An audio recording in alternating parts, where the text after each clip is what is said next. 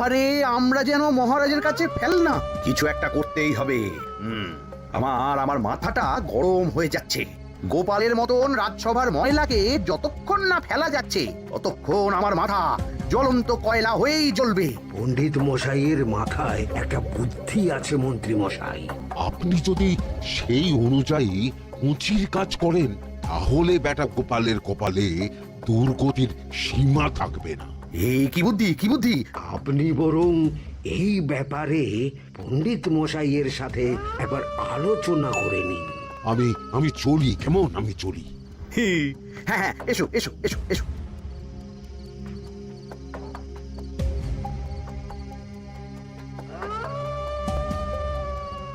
আরে ওই তো আমার বাঁ হাত ঘটা আসছে, ব্যাটাকে দিয়ে একটা কাজ করাতে হবে।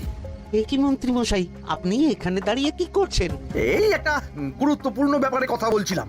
একটা একটা কাজ করতে পারবি? কি কাজ করতে হবে বলুন মন্ত্রী মশাই। আমাকে একটু ঠান্ডা জল, পাতিলেবু আর পুদিনার পাতা দিয়ে শরবত বানিয়ে খাওয়াতে পারবি? সেসব আমার ঘরে ব্যবস্থা করাই আছে। চলুন চলুন আমার সাথে চলুন। হ্যাঁ হ্যাঁ, চল চল চল চল চল।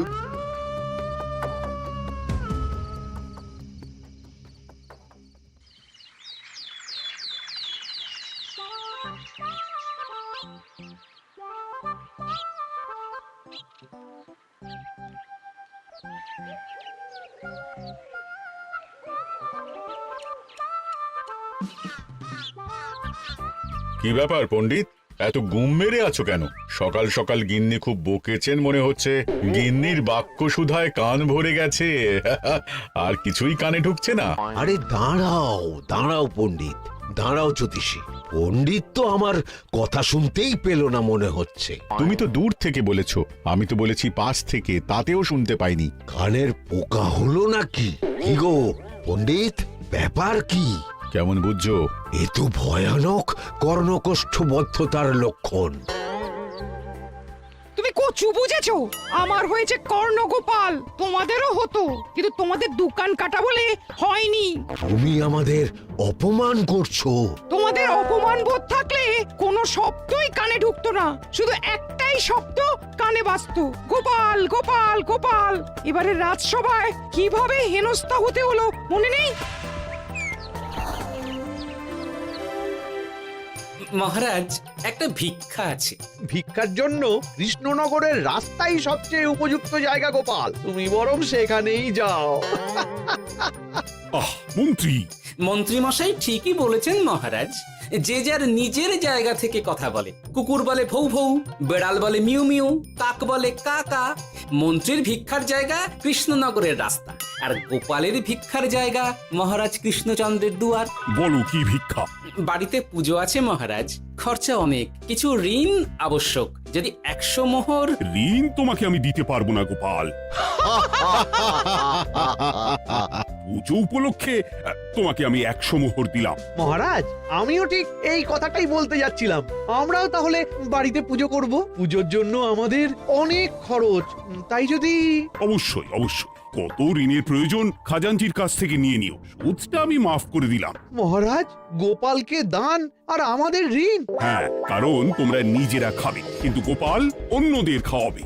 গোপালের মতো মানুষের সঙ্গে থাকাই হলো রাজধর্ম। কিন্তু তাছাড়াও তোমরা হলে 80 যাই বেতন পাই দলের লোক। গত 1 বছরে তোমার কোন মন্ত্রণা দেশের কাজে এসেছে? পণ্ডিত কোন নতুন তত্ত্ব শুনিয়েছে? জ্যোতিষী কোনো অমোঘ ভবিষ্যৎবাণী করেছে? আর বৈদ্য 3 বছর ধরে আমার হাঁটুর ব্যথা সারাতে পারেনি। কিন্তু গোপাল, গোপালের ভাঁড়ে হাস্যরসের কখনো অভাব হয়নি। মনে আছে? আছে। কিন্তু করার তো কিছু নেই। আছে। কিছু ভেবেছো নাকি পণ্ডিত? তোমাদের মনে আছে? মহারাজ মোহর দেওয়ার পর গোপাল সেদিন বলেছিল... কি গোপাল, খুশি তো? মহারাজ, আপনি আমাকে 1 মুঠো ধুলো দিলেও আমি খুশি। সেই ধুলো মুঠোই আমি সোনা মুঠো করে ফেলবো। মনে নেই আবার? একটু ঝেড়ে কাশো তো দেখি পণ্ডিত, কি ভেবেছো? যা হবে দেখতেই পাবে।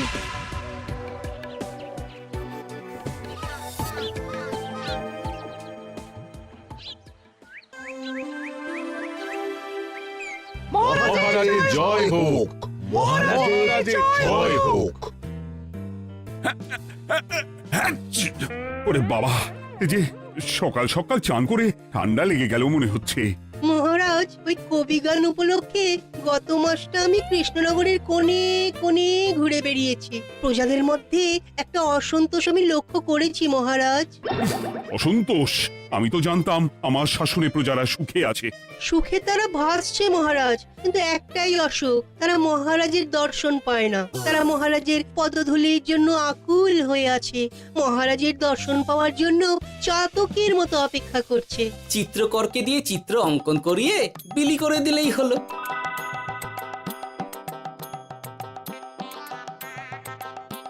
খুব ধুলো হয়েছে মহারাজ, কিন্তু এত ধুলো। কালকের ঝড়ে ঢুকেছে ঝাড়ুদা।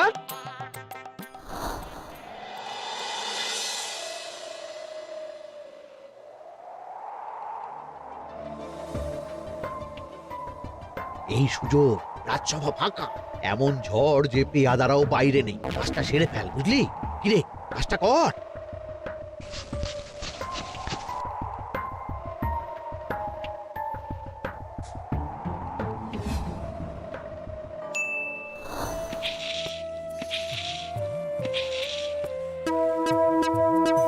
এত ধুলো! উফ, মহারাজ, কাল ঝড়টা বড় সাংঘাতিক হয়েছিল। তা বটে। আচ্ছা গোপাল, তুমি বলেছিলে মহারাজ তোমাকে এক মুঠো ধুলো দিলেও সেটা সোনা হয়ে যাবে। এখনো সেই কথাই বলছি। মন থেকে বলেছিলে না মহারাজকে তেল দেবার জন্য? তিল দেওয়ার দায়িত্বটা তো আপনি নিজের কাঁধেই নিয়ে ফেলেছেন। আমি যা বলি সত্যি বলি। আজ যদি এই 4 ঝুড়ি ধুলো মহারাজ তোমাকে উপহার দেন, তখনও একই কথা বলবে? নিশ্চয়ই। মহারাজ, গোপালকে এই 4 ঝুড়ি ধুলো দেওয়ার হুকুম হোক। কি গোপাল, আমি তোমাকে যদি এই ধুলোর ঝুড়িগুলো দিই, তা থেকে সোনা আসবে নাকি? আসবে মহারাজ, মোহরের বস্তা আসবে। যদি না আসে, আপনি বলুন। তোমাকে কৃষ্ণনগর ছেড়ে চলে যেতে হবে। রাজি? আর যদি আমি পারি, তাহলে আপনাকে এই মন্ত্রীর চাকরি ছেড়ে দিতে হবে। কি রাজি? কি মন্ত্রী রাজি? রাজি। গোপাল? রাজি মহারাজ। আচ্ছা, আর কেউ মন্ত্রীর পক্ষে বাজি ধরেছেন নাকি? হ্যাঁ, আমি আমি আমি আমি। ও গোপাল এবার যে মরণ কুয়োতে ঝাঁপিয়েছে, সেখান থেকে আর উঠে আসতে পারবে না। কুয়ো থেকে মোহরের বস্তা আসবে, এ হচ্ছে ওই গোপালের উন্মাদ রোগের শুরু। দেমাক দেমাক, মহারাজের পিঠ চাপড়ানি পেয়ে পেয়ে গোপাল ভেবেছে যে ও সব কিছু করতে পারে। এবার শুধু সেই দিনকার অপেক্ষা, যেদিন গোপালকে উল্টো গাধায় চড়িয়ে কৃষ্ণনগর থেকে বার করে দেব। এতটা নিশ্চিন্ত হবেন না মন্ত্রীমশাই। গোপাল কিন্তু হালকা কথা ছুঁড়ে দেওয়ার লোক নয়। কি বলতে চাইছো পণ্ডিত? ওই 4 ঝুড়ি ধুলো থেকে মোহরের বস্তা আসবে? না, তা বলছি না, অন্য জায়গা থেকেও তো মোহরের বস্তা আসতে পারে। তার সঙ্গে ধুলো মিলিয়ে দিলেই কেল্লা ফতে। গোপালের নিশ্চয়ই কোনো পরিকল্পনা আছে। গোপালের সব পরিকল্পনার গোড়া মেরে রেখে দিয়েছি পণ্ডিত। ঘটা আছে গোপালের পেছনে, আর ঘটা আছে গোপালের বাড়ির পাহারা। লুকিয়ে কিচ্ছু করতে পারবে না। আরে ওই তো বটা আসছে। বেল্লিক, উল্লুক, তোকে আমি জল বিচুটি দেওয়াবো। গোপালকে ছেড়ে চলে এসেছিস কেন? এই ছেড়ে আসবো কেন মন্ত্রী মশাই? গোপালকে ওর বাড়ির সামনে ছেড়ে এসেছি। ওখানে তো ঘটা আছে। ও বড্ড ঘুরিয়েছে বেটা। কোথায় কোথায় গিয়েছিল গোপাল? 4 ঝুড়ি ধুলো নিয়ে বেটা বাড়ির উল্টো দিকে হাঁটা দিল। চললাম পিছু পিছু। যাচ্ছিল কোন দিকে? নদীর দিকে। কিন্তু গোপাল দাঁড়ালো যদুর বাড়ির সামনে। এই যদু হলো সেই লোক যে লোকজনের বাড়িঘর কেনা বেচা করে আর লোক ঠকায়। আগে রাজধানীতে থাকতো। বেটা রাজধানী থেকে এই কৃষ্ণনগরে পালিয়ে এসেছে, এখানেও লোক ঠকাচ্ছে। কিন্তু বেটা এত চালাক যে কিছুতেই ধরা যাচ্ছে না। এইরকম লোককে ধরাচ্ছে হাতে রাখা ভালো নয় কি মন্ত্রীমশাই? সে তো জানি, কিন্তু ওর ওপর মহারাজের কড়া নজর আছে। এখন ওর সঙ্গে সম্পর্ক রাখা খুব ঝুঁকি। যাই হোক, তারপর? হ্যাঁ, তারপর যদু রে। গোপাল খুড়ো, আরে তুমি এখানে কি করছো? দেখতেই তো পাচ্ছিস ধুলো। তবে যে সে ধুলো নয়, মহারাজ কৃষ্ণচন্দ্রের পদধূলি। শুনিসনি বোধ হয়, এখন কৃষ্ণনগরে সবচেয়ে বেশি চাহিদা মহারাজের পদরেণু। আচ্ছা, মহারাজের পদরেণু নিয়ে যাচ্ছ কোথায়? এই ছোট ছোট পুলিন্দায় ভরে কৃষ্ণনগরের প্রত্যন্ত জায়গায় যেখানে প্রজারা মহারাজের সাক্ষাৎ পায় না, সেখানে বিক্রি করব। তোমার কি মাথা খারাপ? পায়ের ধুলো বিক্রি হবে? ওরে, গতবারে মাত্র 1 ঝুড়ি ধুলো 1000 মোহরে বিক্রি করেছিলাম, এবারে 4 ঝুড়ি। শোনো, তুমি আবার ঘুরে ঘুরে বিক্রি করবে কেন? তোমাকে আমি বরং 10 মোহর দিয়ে দিচ্ছি, তুমি আমাকে এগুলো দিয়ে দাও, আর বিক্রি করে যা হবে তোমাকে এই 40 ভাগ দিয়ে দেবো। ওই 10 মোহরে বদমাস দুদুকে ধুলো বেচে গোপাল বাড়ির দিকে চললো। বাড়ির সামনে অব্দি পেছনে পেছনে গিয়ে তারপরে এই আপনাদের কাছে আসছি। বলিস কি রে, ধুলো বেচে 10 মোহর? ও মন্ত্রী মশাই, গোপাল তো একেবারে নাড়ি ধরে টান মেরেছে। গেল রাজসভায় এমন সুখের চাকরিটি গেল, এবার আবার রাস্তার ধারে গিয়েই বসতে হবে।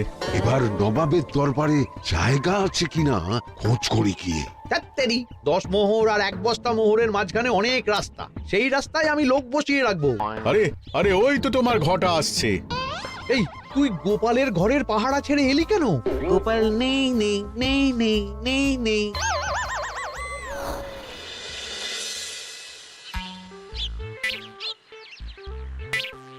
আরে, ভয় পেলি নাকি? না না না না না, ভয় পাবো কেন? শোন, তোকে পেয়ে আমার খুব ভালো হলো, বুঝলি? তোকে আমার একটা কাজ করতে হবে। বলো বলো। আসলে বুঝলি, আমার না গিন্নিকে নিয়ে তার বাপের বাড়ি যাওয়ার কথা ছিল, কিন্তু হঠাৎ বিশেষ কাজে আমাকে খামবাজে চলে যেতে হচ্ছে। এখন আমি গিয়ে গিন্নিকে বললে, বুঝতেই পারছিস, কুরুক্ষেত্র হয়ে যাবে একেবারে। তাই আমি কাউকে খুঁজছিলাম যে আমার বাইরে যাওয়ার খবরটা আমার গিন্নিকে গিয়ে দেবে। তুই পারবি বাবা ঘটা? ওরে বাবা! আরে আরে আরে, ভয় পাস না, তোকে গিয়ে মুখে কিছু বলতে হবে না। এই নে, এই চিঠিটা আমার বউকে দিবি। কৃষ্ণনগর ছেড়ে চুপি চুপি চলে যাচ্ছি, চালাকিটা দেখেছেন? ওসব চালাকি আমি তুড়ি মেরে উড়িয়ে দেবো। কি করবেন? চারিদিকে আমি অশ্বারোহী গুপ্তচর পাঠাচ্ছি, গোপালকে কোনো চালাকি করতে দেব না।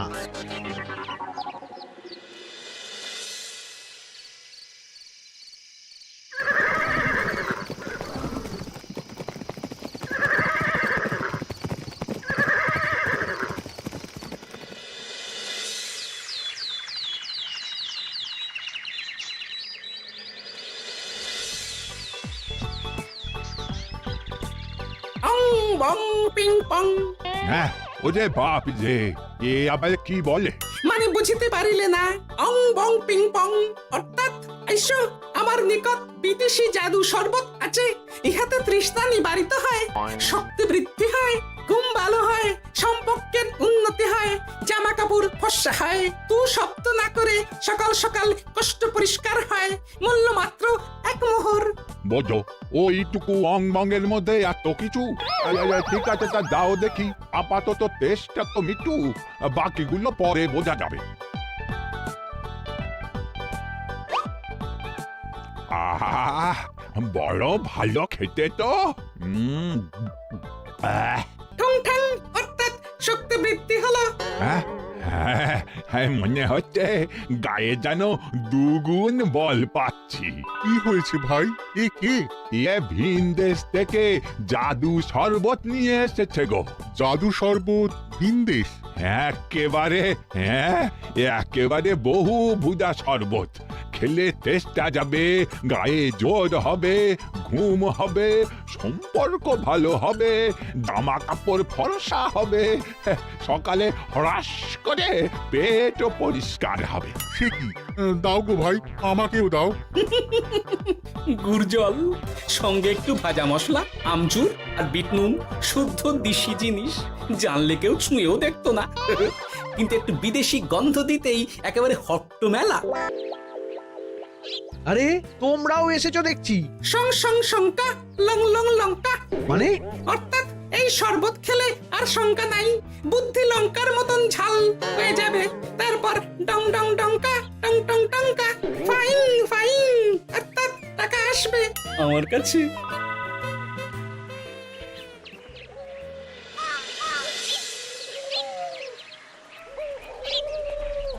ঝপ ঝপ ছপাং ভট ভট ফটাং অর্থাৎ উহাকে দৌড়িয়েছো কেন? বেটা জোচ্চোর অনেককে ঠকিয়েছে। অনেক দিন থেকে তককে তককে ছিলাম। এবার এই ধুলো নিয়ে মহারাজের পায়ের ধুলো বলে বিক্রি করছিল। একটা বেনামি চিঠিতে খবর পেয়ে বেটাকে ধরেছি। ব্যাং ব্যাং বিগ ব্যাং অর্থাৎ বাহ বাহ বাহ বাহ। বেনামি চিঠিটা আমি দিয়েছিলাম বাবু। বাবা যদু, তুমি সেই রাজধানী থেকে কৃষ্ণনগর অবধি মানুষকে অনেক খোল খাইয়েছো। তুমি এতদিন ঘুঘু দেখে এসেছিলে বাবা। এবার গোপাল নামক ফাঁদটা দেখলে।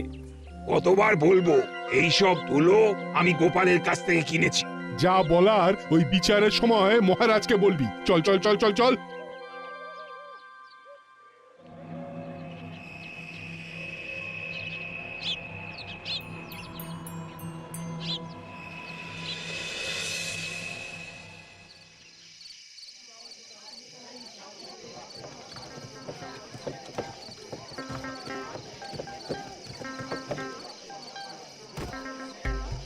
ঝন্টু মন্টু ননাং ফু। নাও ঠেলা সাহেব বলে কি ফু দিয়ে দিতে হবে? কি বলছো সাহেব? বুঝতে পারছি না, কোথায় ফু দেব? ঝন্টু মন্টু ননাং ফু অর্থাৎ লবণ আছে? আছে আছে সাহেব আছে। কত লাগবে? ভান্ড ভরি আন্ডাকারি অর্থাৎ যা আছে সব।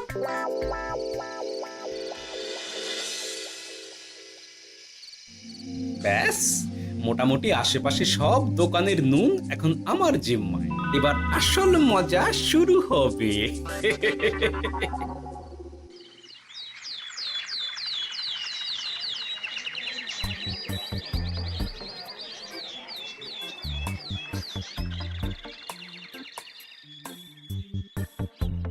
নুন আছে? না হুজুর, গোটা কৃষ্ণনগরেই নুন নেই। ওই দেখো, পুরো রাজসভাই বাজারে জড়ো হয়েছে। শান্তামনা শান্টু মন্টু। তুই আবার কি বলছে রে বাবা? শান্তামনা শান্টু মন্টু অর্থাৎ জনগণ শ্রবণ করুন। নান্টু কান্টু নুন কি নেবেন? আন্টু আন্টু আসুন আসুন। আমার এক সের নুন লাগবে। শান্টু অবশ্যই 100 লবণ 10 মোহর। 10 মোহর? 10 মোহর লইবেন না লইবেন না? না, নেব না। উত্তম উত্তম গান্ডা পিণ্ডে ঢিসুম ঢিসুম অর্থাৎ তাহা হইলে নুনের বদলে গৃহিণীর প্রহার ভক্ষণ করুন। আমাকে একটা নুন দিন। আমাকেও নুন ছাড়া বাড়ি ফিরলে গিন্নি ঘর ছাড়া করবে আমাকে। শুনলাম কৃষ্ণনগর থেকে নুন উধাও। আছে মহারাজ আছে। কৃষ্ণনগরের সব লবণ আমার নিকটে আছে। 110 মোহর। এত দাম? দাম তো হবেই মহারাজ। লবণ ছাড়া রান্না কেমন হবে ভাবিয়া দেখুন। ঠিকই বলেছ, রাজপাকশালেও তো রান্না বসেনি। 100 সেরের মতন রাজপ্রাসাদে পাঠিয়ে দাও। 1000 মোহর দিয়ে দাও।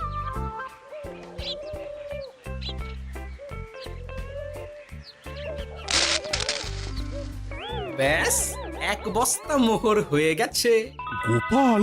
হ্যাঁ মহারাজ, গোপাল যে 4 ঝুড়ি ধুলো থেকে 1 বস্তা মোহর রোজগার করেছে। ইয়া বাত!